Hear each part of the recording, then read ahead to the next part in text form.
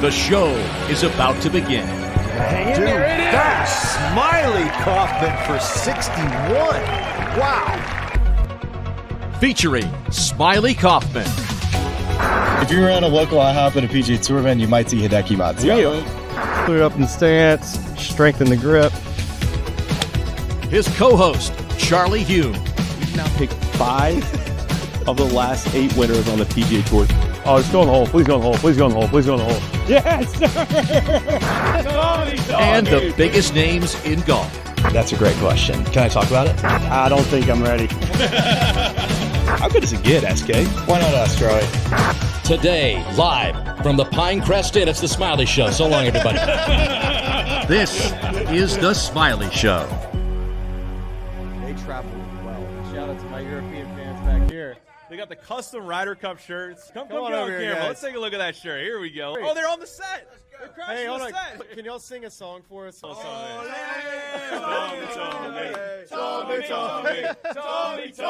Fleetwood. Tommy, Fleetwood.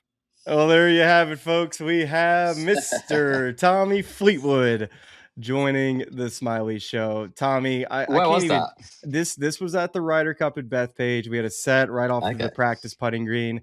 We're like doing our late live show, and these guys, had a great day. Of course, it was a very good week for the European team. So those fans were very excited to still cheer, and they came on our set and they Yeah. were singing a song that I have sung in my head. Honestly, since Rome, like Francie and I oftentimes will just be, we'll just start kind of humming it. She's like stuck in your head too, right? Is that ever happened to you? Do you just start kind of humming that little tune?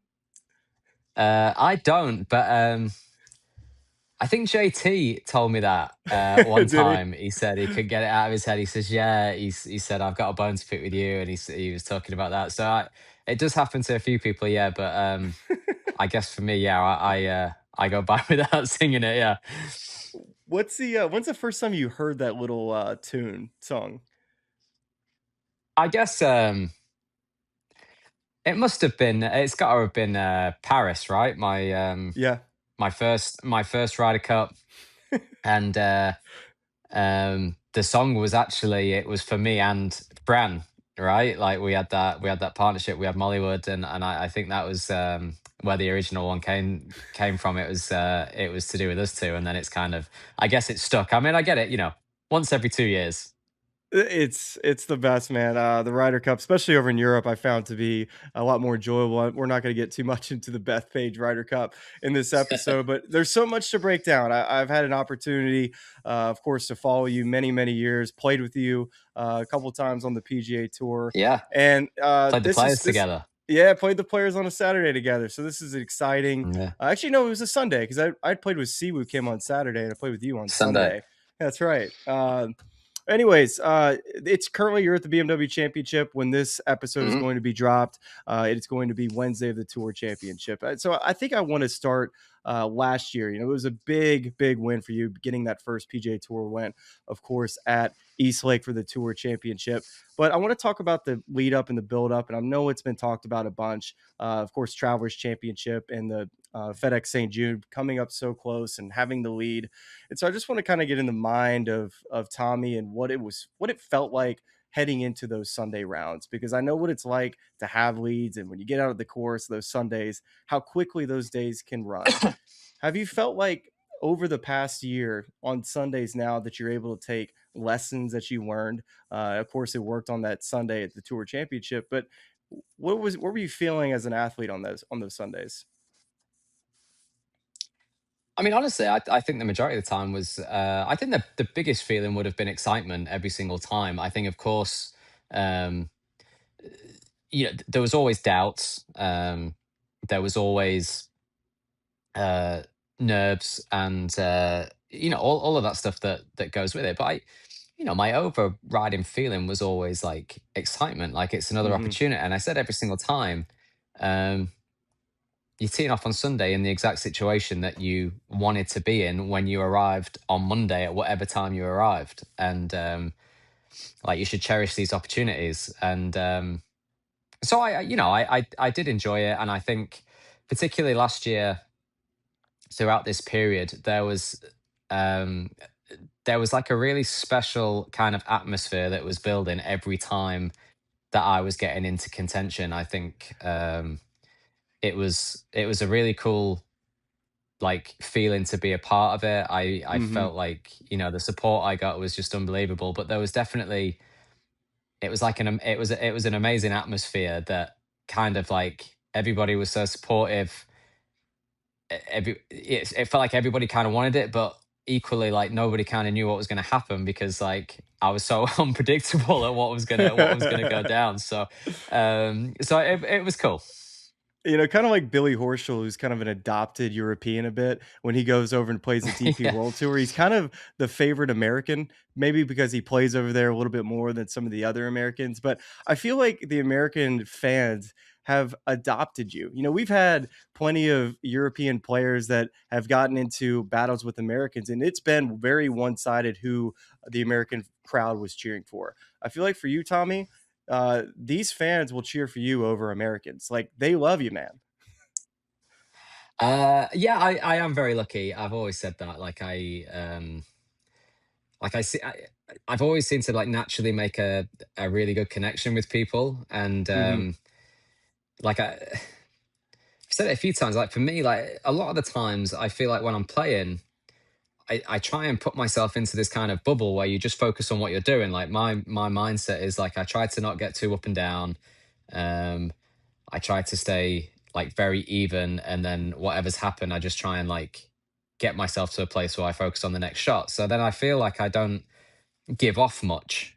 Hmm. But at the same time, I manage to like connect with people while doing it, and um, I'm very lucky that way. But yeah, like my support in America has always been great. I've always loved playing on the PJ Tour. I really really have. I think it's a great place to play, and I think you get to play some amazing golf courses with some amazing atmospheres. And yeah, they've most of the time they have been on my side, which is nice. I spoke to your swing instructor, Butch Harmon, and Colby Toulier. You and I both share the same trainer. But one of the Yeah. things that Butch Harmon talked about in my phone call I had with him earlier today is that he admired so much about the way you train and the way you practice. But the one thing that he can point to, and maybe this can kind of explain why the American fans cheer for you so often and have this soft spot for Tommy, is that you were able to do that interview after the Travelers Championship where it felt like that was going to be the one. I think Butch had said that there would have been a lot of top players that may have turned down that interview in that spot. But Mhm. we're both fathers now, and you have these people, you have kids that look up to you. Do you feel like in those moments that you're trying to be not only a good role model for your kids, but also just setting a good example for other pros? Yeah, I think there's a bunch of things that go into it. First of all, I think it is our job to Hmm. speak to the media. I think like, and yeah, like that's just how I feel about it. I don't, you know, nobody has to, but I feel like it's part of like the job. Like I just do. Hmm. Um, there is setting a good example. I think you have to take the good with the bad. And then there was always a part of it where I don't know why. I just had this awareness of like it had gone wrong, and it wasn't like I wasn't going to sulk. I mean, I probably barely spoke to anybody after that interview for I don't know for a while. Like I would have been very quiet. I was very down. So I feel everything that anybody else would and do the same things. But like that interview and things like that were a way of me trying to say the right thing straight away. So it's like you know what it's like whenever you finish a Hmm. tournament and it might not have gone your way. There's a certain amount of time that it takes you to come out of this like sulk. Like it might be Yes. you might be out of it within an hour, but it might take you until Thursday or something for you to start feeling like a little Yeah. bit better.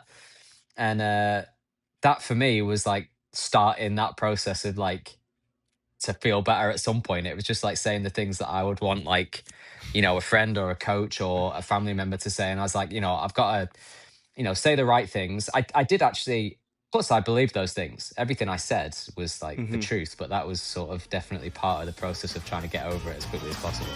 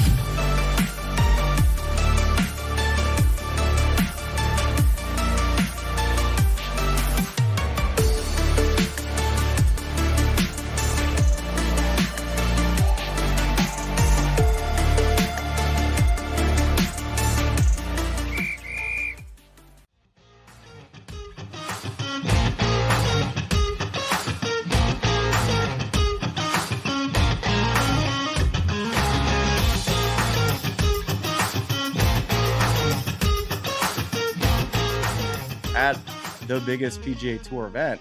I mean, that had to just have that instant gratification, no? Yeah, I think that's what it was. I think it was instant gratification. Like I wasn't I remember sat on the plane and so I was flying home I was flying to England actually, and I remember sat Mhm. on the plane and like there was no like euphoria or anything. I just felt like unbelievably satisfied with um whatever that journey was, and that I had stuck with it and finally like but yeah, I got my first PJ Tour win, and I just felt like I guess I felt justified in all the things that I'd said, and sort of continuing to Mhm. pursue that, and not being too like I mean there's nothing to be scared about, but it's like not sort of shying away from getting myself up there again, and going for it again. So I think I sat on that plane and I was just kind of like amazingly satisfied and in like this really calm place.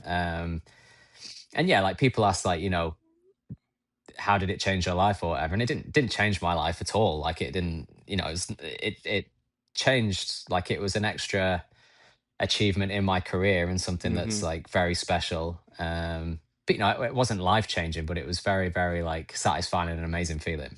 Oh, I know you worked hard for it, so it's huge congrats for getting that job done. I know you wanna, Thank you, man. repeat Thank as a you. tour champion, or tour I would like championship to do champion this that. Yeah. year. Yeah. That'd be a fun repeat. Well, you mentioned London, and I also wanna get into, your main home in Dubai. I think that's very, very Hmm. unique, and that the PGA Tour, for the most part, most of the players live over here in the States. You might have an occasional player like Robert Yeah. McIntyre. We had him on this week, and we do not take credit for that Thursday round, by the way. Hopefully you have better success Uh, than Robert did coming off of the I Smiley hope so. show. I So hope so. I don't know what you're talking about. well, tell us about just how unique it is to live in a place like Dubai, and also in London, and traveling, or not London, but it's over, where is it, Southport? Is Yeah, that where yeah, your other, yeah. yeah, Southport, Manchester, just outside of Manchester. Manchester, we live. So Southport is where I'm from. But yeah, so I remember this must have been like a couple of years ago. Maybe Ryan Fox got his tour card through the DP World Tour, get finished in the top 10. I think he finished second on the Hmm. tour, and I remember some point through that year we were playing together, and um, he asked me like how it works, like the travel, and he said, because I think you're the only player I can think of that made it to the PJ Tour, but then moved further away from America. Everybody moves to America or stays where they are. And I was like, oh yeah, that's a good point. Yeah, it's just like I think. So I remember getting my PJ Tour card, and I think. Uh, so I didn't like commit fully into like our family didn't commit fully to moving to America in my first year or two. Like nothing's guaranteed.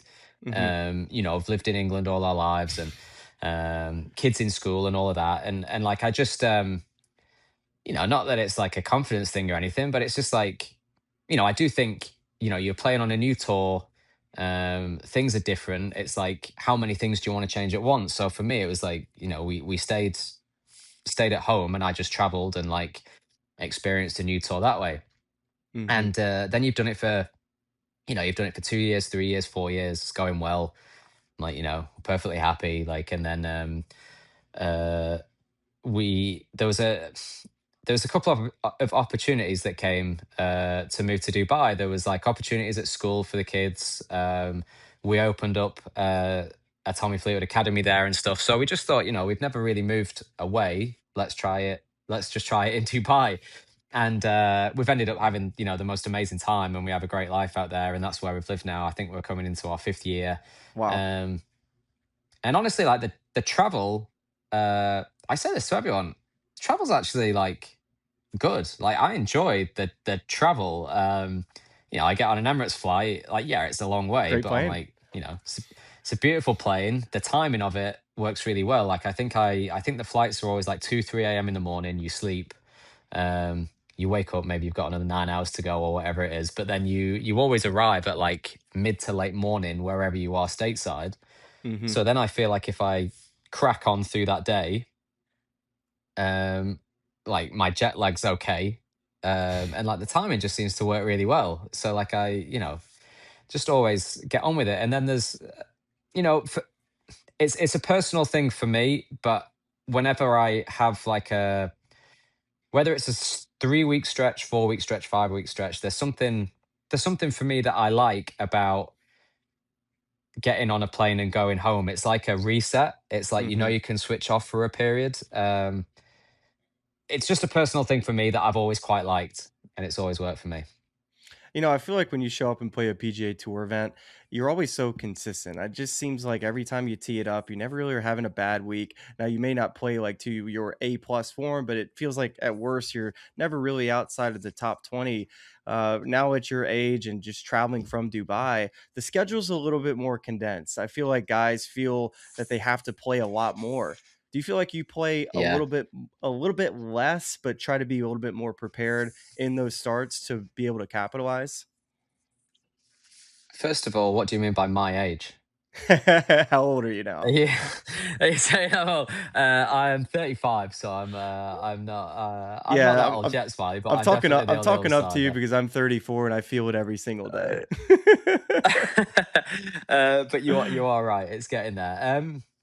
Yeah, consistency is something that I think is. I think it's important to be consistent if you want to be one of the best players in the world. It's something that I made my mind up about a few years ago, and I wanted to try and be the most consistent I could be, and that's kind of like, that's like maintaining your lower end level to a certain standard, and then hopefully you have those great weeks. I think you look at Scotty, like his lower end of golf is like still the best in the world pretty much.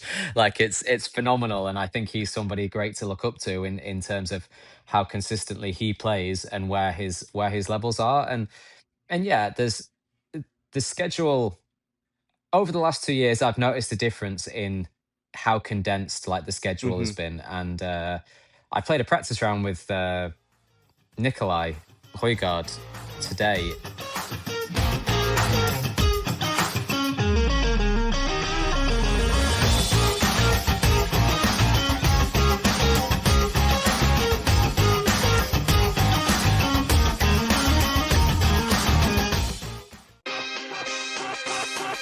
It's usually a 2-horse race. Houston or Jacksonville, with Indy on the outside looking in. We're going to find out, I think, rather quickly in the first month, because the scheduling is absolutely brutal this year. And do yourself a favor. Now is the time to start prepping. You talk about contests, Craig, right? Survivor is all about planning. Game time decisions, only on SportsGrid. I do not think that history suggests the best thing for a quarterback is to start week 1. Obviously, you need reps, but we have seen guys sit and benefit from it. I think Anthony Richardson might have a completely different, couldn't have been any worse if the Colts didn't play him his rookie season as the rawest quarterback ever drafted. Like, that didn't help. In-game live, only on SportsGrid. His height, how hard he could throw it, didn't matter. How do you communicate it? How do you look at these guys in the face? An old 10-year vet, right guard over there, and a 9-year tackle that's been. How you gonna look that old man in the face and convince him, hey guys, we're gonna get ready to go down the field. We're gonna score here. Because that's what the great ones do. They walk in the huddle and everybody goes, okay, it's time, let's go. Outspoken with Dan Cilio, only on SportsGrid. Ohtani, he's going to be the MVP. The PCA argument, I completely understand. If he ends up winning it, I'm not going to be surprised. I do think it'll be somewhat of the fatigue as well. Yeah, I can't imagine looking back, Tom, you and I, 10 years and talking about a player in baseball doing what Ohtani's doing and not winning the MVP. I mean, it seems crazy to me. Pro Baseball Today, only on SportsGrid.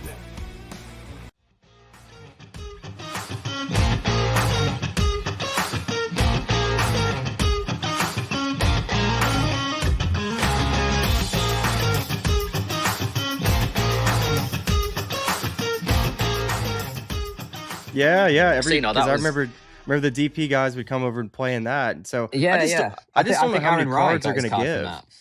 He did. Yeah, Yes.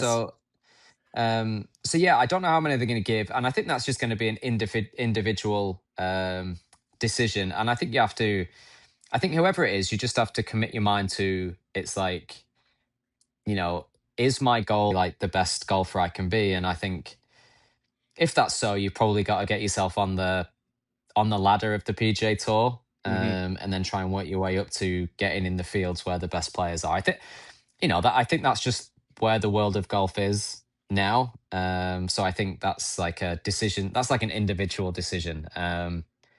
So I think going back, it's so easy in hindsight, isn't it? You know, but going back, would I have, you know, if I got a card and it was like, and I was going to play on the tier 2 instead of tier 1, whatever it is. Yeah, I'd have probably had to give it a go and see how we did, and hopefully like have a great season and get you and propel yourself upwards straight away. Yeah, all that makes a ton of sense too. And I just was curious because it's something that I feel like you'd have to think twice about if you're a DP World Tour. But I think if you have aspirations Yeah, of being the best in the world, I totally agree. Yeah, I totally agree. And like being European, obviously, like all of us, you know, have so much support and loyalty to the DP World Tour. Like that's just where, you know, that's where we grew up, and that's our home tour. So, you know, we always want the best for that tour as well. All right, so let's get into some of this Butch Harmon talk. By the way, I could talk to this guy on the phone for hours. I listen to your podcast with Butch. Yeah, he's great, man. Some of those stories, and honestly, the stories that we had to cut were the best. You know, he's got some of the best stories of all time, man. And with Butch, I wanted to ask you this, and I asked Butch the same question.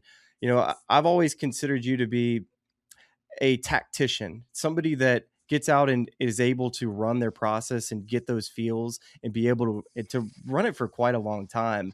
But when you showed up to Butch, and I asked him the same question, I want to get your answer. Do you think you considered yourself, and this was 4 years ago, a technical golfer before you got into Butch?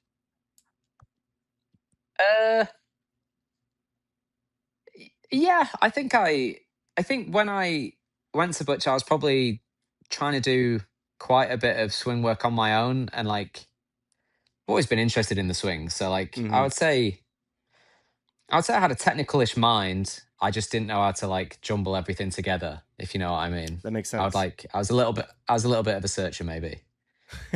I can definitely relate to that. I've just seen you, whether it's on TGL or just out on the golf course, where you're kind of working through some of those technical feels. And do you feel like, you know, of course, Butch is, you know, long been known for being a great swing coach, but some say that he's the best sports psychologist because he's able to organize everything for the player to, it's like, no, buddy, it's just this. Does that help someone who's maybe got a bit of a technical background that wants to maybe search, and he's great at keeping you online?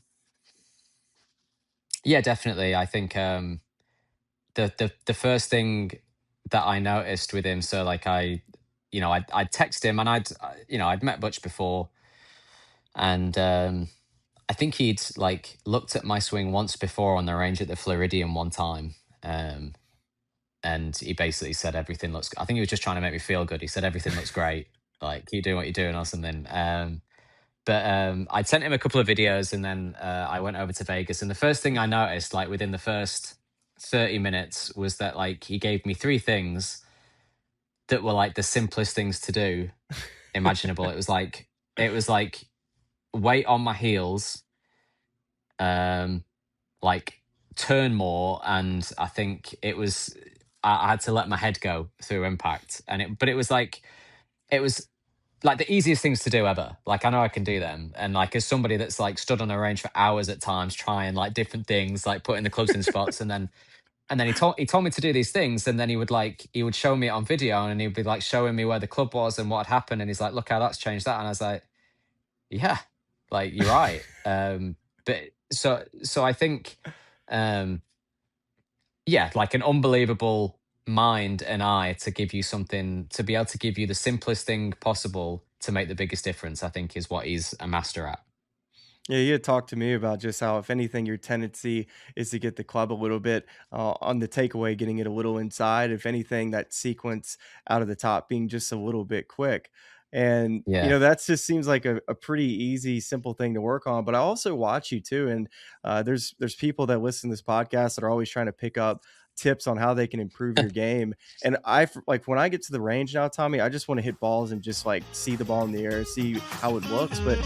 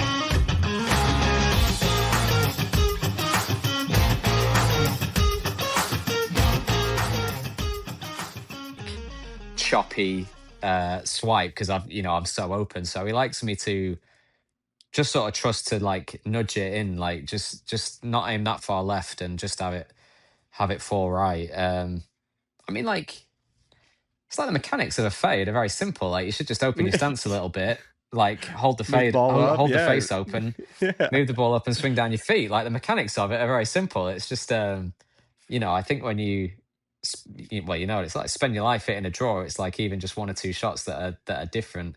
Well, it's the element of ball control, that's one of the right? things. Like, yeah, it's exactly. And I think like you get some players that are so comfortable shaping it both ways. I've kind of always been like the master of one shape. Mhm. And I think there's a few players that are amazing examples of that. Like Colin Morikawa might be the best example ever. Like, he's so good at what he does, hitting that fade. But then like you get obviously, Tiger's the greatest example ever. I think, Scotty can shape it both ways, but like an Aaron Rai, like, Mhm.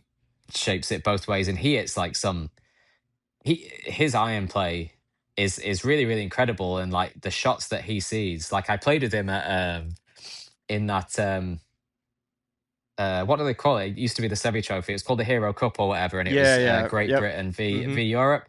And we Mhm. were playing in a four balls match, and we were on this fourth hole in Abu Dhabi, and the pin's over on the right, and it's like I don't know what it was, 155 to this pin, maybe a little bit of help. And I swear, like, me and Finno were there talking on tee, and I'm like, I'm just going to hammer a wedge at this pin. And I think Aaron hit like this chippy cut 7-iron. He just saw this shot. And I was like, I'm like, me and Finno are looking at each other, and I'm like, are we out of our minds for thinking wedge? I'm like, but it was just, but like, to have the ability to hit that, like, that's just something that not a lot of people are comfortable with. But being comfortable working it both ways is an amazing way to play as well. We have this perception of Aaron Rye that he's just like this like super technical guy and like can't pull the trigger and is like not a creative player at all, when it's Mm. exact opposite, like you're talking about being able to hit all these different shots. I actually Tommy Yeah, asked yeah, his caddy about was like all the technique stuff, and is he trying to hit P2 to P3? I just feel like that's the way he kind of like sees the golf yeah, swing. If you watch him on the range, he takes forever to go from ball to ball. So you just think that's the way he yeah. operates on the course. He's like, dude, if you ask him about any of this stuff, he's just trying to create feel so he can play creatively. I was like, really? I was like, have we all got it wrong this whole time with Aaron? Yeah, it's incredible, and like I don't think I've never seen anybody as comfortable shaping a driver both ways. Like incredible. It's really impressive, and you actually made a Yeah, good point about Morikawa, because he's a guy that can hit a 5 iron 180 yards, right? Just depending, like if there's wind in off the right, he's like, you know what, I'm just gonna hit a yeah. floaty, spinny cut. Do you kind of feel the same way for you with drawing the golf ball, feeling like, hey, if I got something in off the left, I can hold the ball up into the wind, or if I need to get to a back pin and it's 180 yards, I can rip a 9 iron and just be able to ride something with that draw? Like, is that like a comfort thing with playing in the wind? Yeah, I think so. I think definitely. I think like you know, I could hit some strange shots in the wind where I feel like I could get so much club out of it. Like I feel comfortable like hitting like some kind of hard flight, and yeah, left to right wind, I can hold it or draw it against it. Into the wind, I can like crunch something and sort of get it out a bit flatter. And it's just, I think you just have to. I mean, you have to. All you have to do is know what you're going to do with the golf ball, I think, Yeah, and sure. if you know what you're going to do the majority of the time, then you're going to be all right. But yeah, everybody's got their game, and mine is definitely like sort of a stronger flight kind of thing. I would go to preferably, while always working on like softening the ball as well. Well, I think everybody who watches your iron game, they like to watch your three-quarter swing. Butch says you call it a shoulder-to-shoulder swing, and he actually told Yeah, me Butch likes the shoulder swings. to ask you about the 17th hole this year. You and Finno were on that 17th hole, back left pin, in Yeah. off the left wind. Tell us about that shoulder-to-shoulder swing. Yeah, Butch loves that story because he was sat in the stand behind the Sure he tee, and was. Sure he was. the wind was pumping. Well, it had been mostly in, right? It might have been in off the right or in off the, I can't remember, but it was mostly in. And I remember I was working the yardage out, and I was like, 6 iron. So my hands to shoulder swing, I would generally go up like all the way to a 7 iron. I hit a 6 iron now and again with a shoulder swing, but like, Mm-hmm. don't get longer than that. And um, anyway, like, we're working the yardage out, and I'm like, six can't get there. It's like a really good six is only just going to carry that bunker. The pin's got another 18 on or whatever it is. 5 iron feels like I'm just going to bullet it through the lot, like the green. And Finno's gone. It's like, that's no I think good. it's no. He's like, it's no good. He says, I think it's a perfect hands to shoulders 5 iron. And I was like, well, how far does that go? And he goes, I've got no idea, but I just think it's right. And I said, I think it sounds right too. I said, let's try it. And I swear, I'd never hit it before, and we had no idea how far it went, but it just felt like the right thing to do. And I hit this like shoulder shot with a 5 iron, and it went to 5 feet. And I was like, that was So unbelievable. good. That was the best So shot of the good. week. So And then good. but Butch loves that story because he watched that swing, and he said to me afterwards, he went, did you hit a hands to shoulders 5 iron? I went, yeah, I've never done it before, but it felt like the right thing to do. That's so good. And he said that you're even starting to incorporate it into the 9 wood. So, Charlie, can we get this thing pulled up from a video? This is actually so recent. Yeah, I It's do from the hit the shoulders BMW 9 irons. Championship this week. He was kind enough to send over some photos. And Did just Butch send this. it? Yeah, I here we sent him go, a video. man. Yeah. This what is the hole? The par three? Is it the 7th or the 6th? There you go. I'm not sure That yet. was a I'll let hands you to know shoulders tomorrow. 9 wood. So you got water on the right, long par three. It was 200 and I can't remember how far it was to the pin, but that on the track, man, it went 226 yards normalized. Like a shoulder swing is 10 yards off a normal one, and it's the Oh, same with a yeah. 9 wood. That's so good. So that was a really good shot, while it went to like 3 feet. So it's probably You the know, shot you, of the week.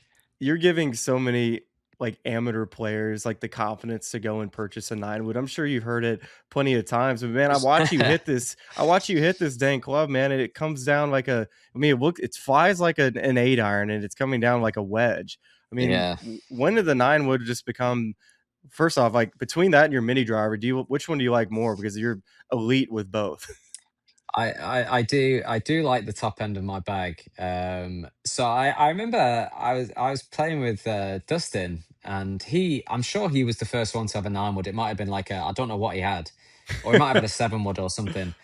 And why would I even try the 9-wood? Anyway, it's like I don't have I don't have a massively high ball flight. I can't hit a 4-iron like Rory McIlroy can hit a 4-iron, or a Brooks Koepka and stuff, and you watch them hit shots, and I remember, I don't know why this 9-wood might have been knocking around or something, and so I wanted to try one, and TaylorMade had these heads, and I was like, I want to try 9-wood, and it was going. I remember I was hitting it, and it was the easiest thing to hit on the planet. It was a QI 10 9-wood, and but on the range, and this thing is going. I can't hit a lob wedge as consistent. It was like 232, 233, 233, and I was like, this thing's unbelievable.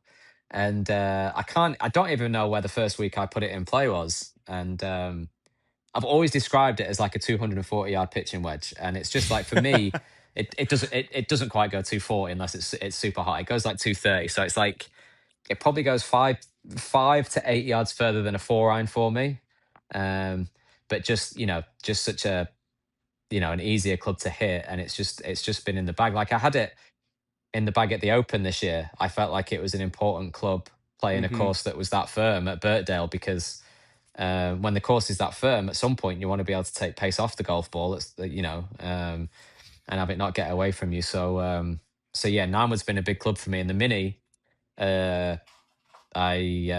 remember that thing's so good, man. Fred, it's so my good. yeah, I remember Fred Couples had one at the Masters so I bet you this must be 2023 maybe, and he's on the range, and he said, have you seen this thing? And it was that burner mini, the original one, and he said it's unbelievable.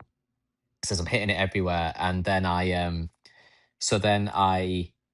got one the next week, and it was Hilton Head the next week. Might have been the greatest golf club of all time for a golf course, was a mini drive around Hilton Head.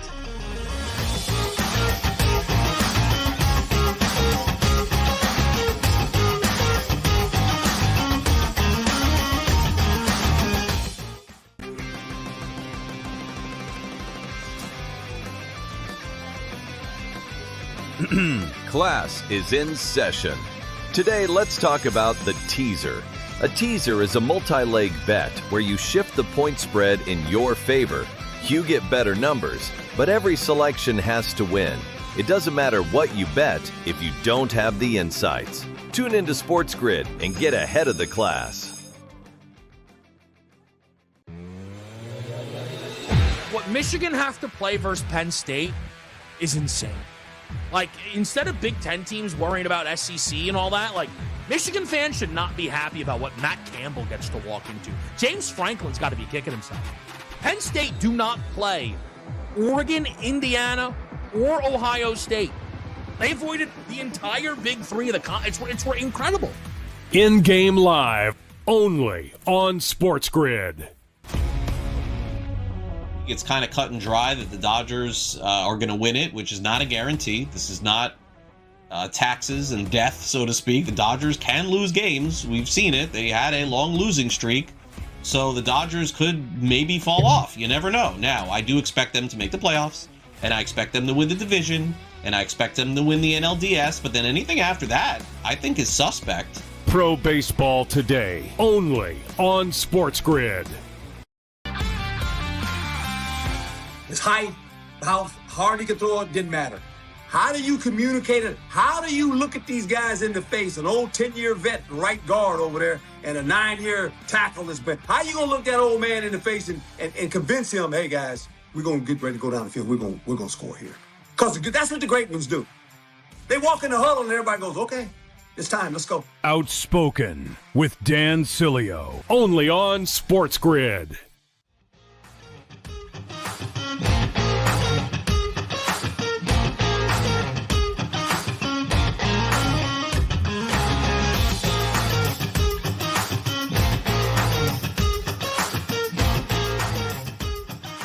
Charlie, he says that Frankie's like one of the most competitive kids he's ever seen. Hand-eye coordination is through the roof, and like he will go Did through a Colby say bucket. that? Yeah, he said he'll go through a bucket of balls or like go play tennis like so Yeah. much, and like just loves to compete and like wants to be just like his old man, the old man like that I mentioned earlier, the 35-year-old old man. See, these The are the notes. 35-year-old old man, yeah. I want to yeah. get these notes at the end of this section because I actually, prior to this interview, took my 2 kids up to play tennis tonight. But I don't think they were going for the tennis. I think they were going for the cookies that I promised them. So I need to find some of Frankie's. I think we need to find some of Frankie's intrinsic motivation and figure out how to inspire that.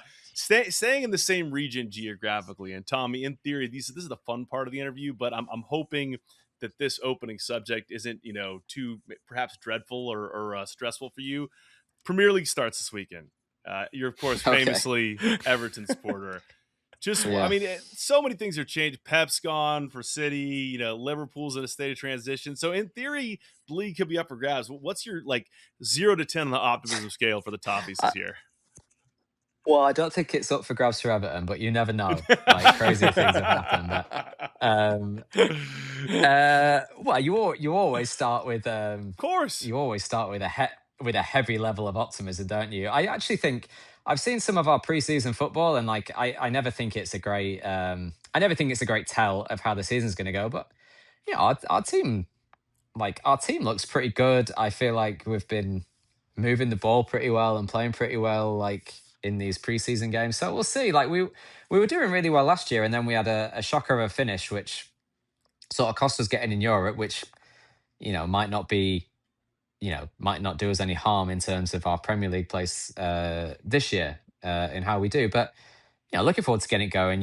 I think the World Cup makes a massive difference because like you don't miss the Premier League as much. Like I feel like there's that 2-month period or whatever it is where there's no Premier League, and you're like, just waiting for a Saturday to come here where there's football on. But it'll be an interesting season. I think Arsenal look very, very good again. But hopefully Everton can give us something to cheer about. As a Tottenham fan, the 17th place finish followed by the uptick, the energy of the World Cup, and then like just signings that I never expected to be possible. Like anything's I got my kids in the jerseys ready to watch the season opener this weekend. I mean, it is bizarre. Hope abounds. It is bizarre. I mean, like the amount of people that came to us after that last game of the season saying, Everton couldn't even do the one job that like the rest of the Premier League wanted to do, and said Tottenham down. I should be thanking you. I should be thanking you. You should. Yeah. But we were never. Do you want Richarlison at a cup price? Richarlison. I was going to say, would you like him back? Richarlison, aren't we? Yeah. I mean, probably. Yeah, we could do with like. I love our strikers for their effort and stuff, but we could do with somebody. I think Richarlison would be good. I think he was good for us. He was one of them players where you like. I think we've had so many players that you sort of get frustrated when you watch them play for you, and then when they're not with you, you kind of want them back, right? Like Richarlison's sort of one of those. But I don't know. We'll see. How much do we want him for? 20 million? 30 million? Sure. It's silly numbers in today's day and age. I don't know. So. I mean, 100 like some of these, 120 million that some teams are shelling out. It's could be a little bit frustrating. All right, so the next item we got to cover is you've been asked about this a lot, and you've been very kind of coy on the fashion update. I have a real merch addiction. I have a real merch problem. Smylie documents this on the show all the time. Every tournament we go to, I come back with just way too much stuff. I say it's for the fans. Yeah, but how good is it? How good is it? It's so good. And so you keep saying, and it's good of you to say, I don't really have any preferences. I let the family take care of that. But surely when you're handing off, the sort of the parameters to Claire, the boys, whoever's on your team saying, this is what I want to be in. What's the short list of must-haves for a Tommy Fleetwood polo or whatever it is they're coming back with? Good question. I mean, like, I'm not wearing different caps anymore, but like hats is a big thing. Like I love a golf club hat. No, like I think it has to be like I just think it has to be like a good logo. Like I think if like a golf club has a great logo, I think it's necessary that you like load up on on that logo because they're cool and like. Preaching to Charlie right now. Like Can I put you on the spot being... here, Tommy? Like, can I get your? This doesn't have to be a comprehensive list, but Tommy Fleetwood's top 3 logos in golf. Ooh. Oh no, that's a really good question. My top 3 logos. I think you have to. I mean, I think you have to put Augusta Members logo. Yep, as very high. Mm-hmm. Absolutely. Yeah, but I think they go there as prestige, right? Because then you have like Pine Valley. Like if you know, like love a Pine Valley logo. I really like the Wingfoot logo. Mm-hmm. I think that's great. Sunningdale. You can do one category iconic. That's prestige, and maybe one category that's like visually pleasing or just like looks cool. Yeah, I know. Yeah, I mean that's the. I mean, can you go European Ryder Cup? Does it have to be a golf club? This is your rankings. Well. You can do whatever you want to. I mean, there's so many, right? I just feel like all the best logos are like you go for prestige, don't you, first? But I mean, honestly, there's probably not a better logo than the Augusta one, right? The Augusta Members logo, I think, is like the Everton Football Club of logos.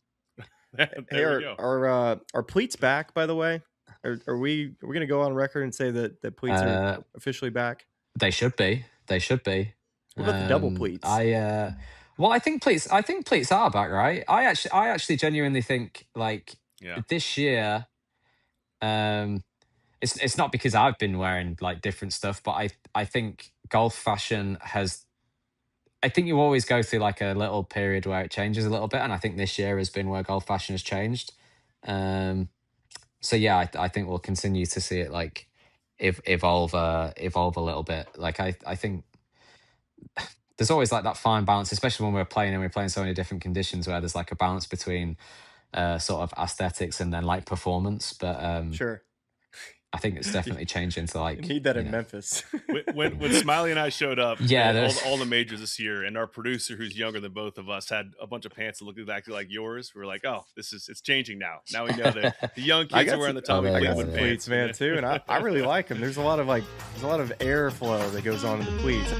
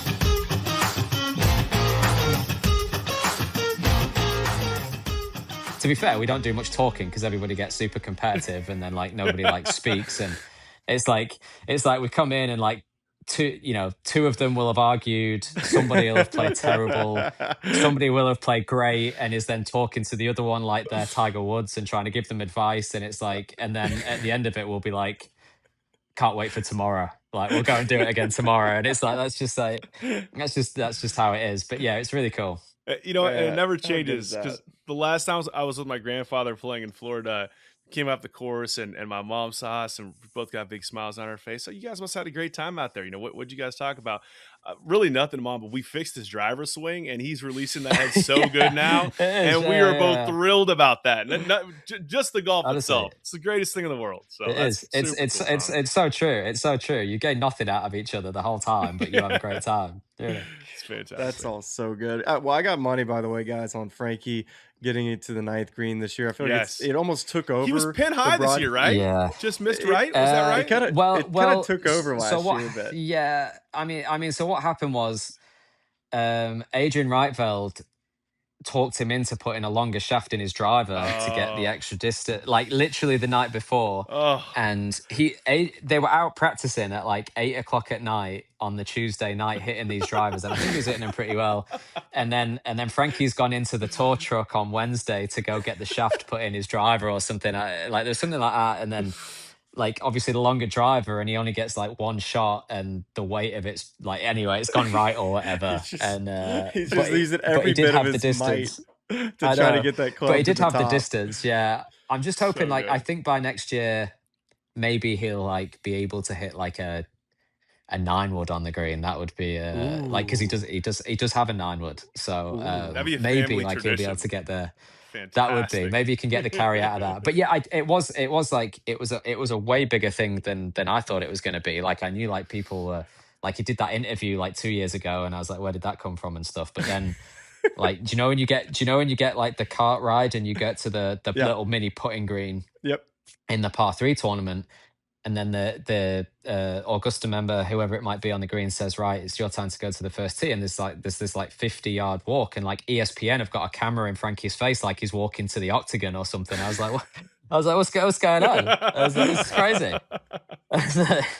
You know what? I think, Tommy, that Frankie this coming year, let's say he hits a growth spurt and like easily can get to the green this coming year, where honestly he's in between, that 9-wood, or maybe it's even just like a chippy little 5-iron. I still don't think that's the play. I think it's a home run ball into the crowd. I think you got to send a souvenir. Actually, that's a good point. Actually, shall we just shall we just go all in? Clear the water. Like the water's cleared. That ball's in the stands, and now the patrons get a one of those fly balls out in the outfield. I think that's the play. Yeah. Do you know what people missed out on this year though? Is that so Mo and Oscar have been there every year since I've been there, and they've hit a shot every single year. And I promise you, like they talk about it every year that they're going to make a hole in one on the 9th hole. And this year, Mo's stepped up. So obviously Frankie's gone first, and like whatever. But Mo stepped up. And in the air, there is not a chance that this golf ball can't go in the hole. And he's like screwed it back, like it's gone over the edge or something. But like Mo says it all the time. He's like, nobody even cares. Nobody even spoke about my shot. Oh man, it gets back into just the family dynamics of playing golf together. It's man. We need to show up covering the Mo angle this year. Maybe we'll be the show that really is Team Mo. We're Team Mo. All right, by the way, he'll love this. That he's when he watches this, he'll love that he's got. We want to see what club he's using. We need to know all his fitting. Yeah. We need to get the Bring whole Mo his respect. Get the sign out. So good, man. Well, I tell you what, you got that YouTube channel, man. I think as you get older, which we already documented, you are an old man. We needed to get you to start playing some of these golf. We need to get you to start playing some of these golf courses out here in England, so we are able to build our destination trip. So, Tommy, maybe it'll be left-handed. You're always into doing some projects. Yeah, I have to do that. I actually haven't hit balls left-handed for a long time. Like, the tour schedule has kind of ruined that, actually. So I'll have to talk to the commissioner and say I need more time to get on those left-handed rounds. But yeah, hopefully we can pick that up again and we can play a few more rounds. That would be great. Great stuff, Tommy. Well, thank you for joining. Best of luck in the Tour Championship coming up this week, and of course heading into the BMW. So hope to see you soon, and go get them. Thanks for having me, boys. Thank you so much. We'll see you next week on the Golf Channel. This has been The Smylie Show. I listen to this podcast. It's really cool. And all of our local fans and subscribers, but make sure you like and subscribe. It's cool to see what you guys are doing. I know golf fans appreciate it, but we do too, so please keep it up. For all the good people at YouTube, like and subscribe. You guys have some good takes, so I'm happy to come on and shoot the... It's usually a 2-horse race, Houston or Jacksonville, with Indy on the outside looking in. We're going to find out, I think, rather quickly in the first month, because the scheduling is absolutely brutal this year. And do yourself a favor. Now is the time to start prepping. You talk about contests, Craig, right? Survivor is all about planning. Game time decisions only on SportsGrid. I do not think that history suggests the best thing for